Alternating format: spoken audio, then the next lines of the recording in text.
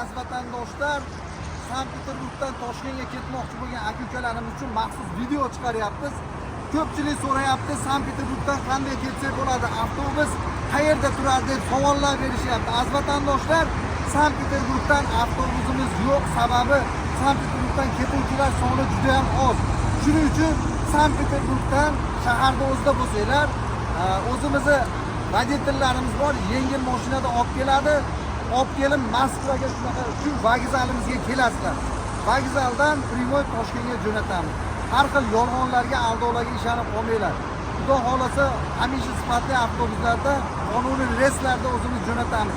Dokumentida muammosi bor aka-ukalarga telefon qilinglar, yordam qilamiz. 50 kilo, 60 kilogacha yuk olib kelsanglar bo'ladi. Sizlar uchun manfaatli videolar chiqaryapmiz aziz vatandoshlar.